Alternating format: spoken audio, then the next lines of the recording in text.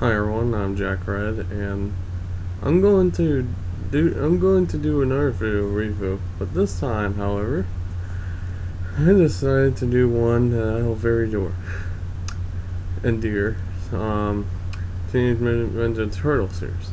Now, I'm going to do what I consider is the main series, or at least the Nintendo's main series. So, if you are gonna throw at me the newer 2003 based ones, I'm not going to do those. I am not going to do the fourth movie game, but I had to say that I really enjoy the cartoons, the live action TV show. Even though it did have up a little bit, even the crossover between the Power Rangers against them was pretty interesting.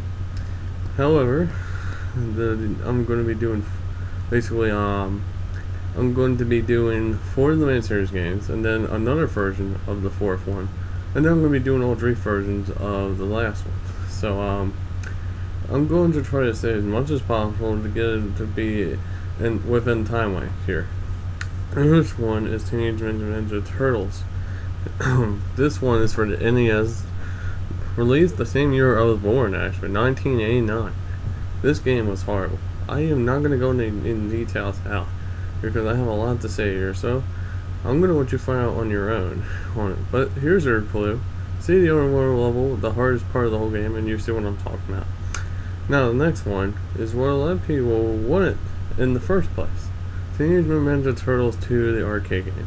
This is actually an NES port of the arcade game with 2 more levels, each level being extended, and they even changed Baxter Stockman in place of Rocksteady and Bebop. Now, I would have loved to fight Rocksteady and Bebop at once. They're a good team. Teenage Ninja Turtles 3, the Manhattan Projects.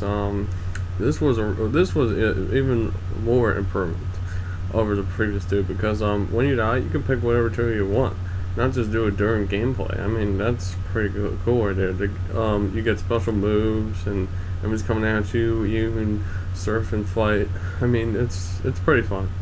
But according to the iRed Gamer, the one that you will probably want the most is Teenage Mutant Ninja Turtle 4: Turtles in Time. This is a Super Nintendo port of the arcade game, and guess what? It is better than the other 2 versions. However, despite the fact that it has an extra level than the arcade version, some bosses change, and 2-player and stuff like that.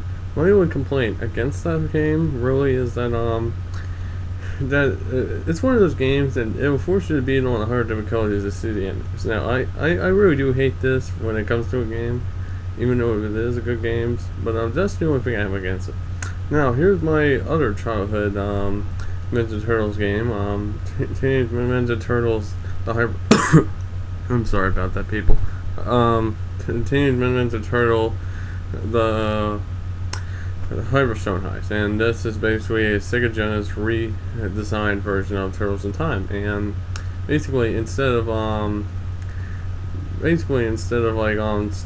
being involved with time, Shredder basically shrinks Manhattan into a size of like one of those life bottle things, you know. And anyway, and he actually has a Hyperstone, which came from Dimension X, and it was a really good game. In fact, according to by most, this is the hardest version out of the 3 for Turtles in Time, which I have experienced. My favorite level is still 4, because you go against the 3 previous bosses, and then Baxter Stockman. So I do like that. In the last level, you go against Kron, if that's how you say his name right. I don't want people to get pissed at me about it. And Shredder, which will be Super Shredder when you do fight him. Now, I'm going to do the 3 versions of Teenage Mutant Ninja Turtle. God damn it, Teenage Mutant Ninja Turtles Tournament Fighters. There's, like I said, the 3 are totally different and not alike at all. Well, besides the fact that they're all 2D versus fighters, and you can play as the 4 turtles in them. The first one I'm going to do is what by most considered the easiest version, the NES version, which is only released here in America and not being released in Japan. This one, I believe you play with 7 people. It is a little frustrating to play, but it could be fun after a while once you master it. So I do recommend it a bit. I'm going to do my favorite one next. So I'm Sega Genesis one. This one, they basically try to throw clones of all the characters you can play as, pulling some boss characters. This one was close to being the hardest, but no.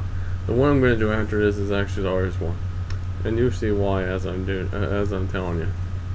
The last one is Super Nintendo. This one was so much like Street Fighter 2 that I basically threw my controller across the room because of how frustrating it is. It's impossible. Let me put it this way: if you like Street Fighter 2, you might want to think of sending this one out because it gets too damn hard real fast. I mean, you would really want to wish you were dead if you were playing this. Anyway, I'd like to see you all later, and I'm hoping this will be the actual second refill to be on the site. So see y'all. Damn it.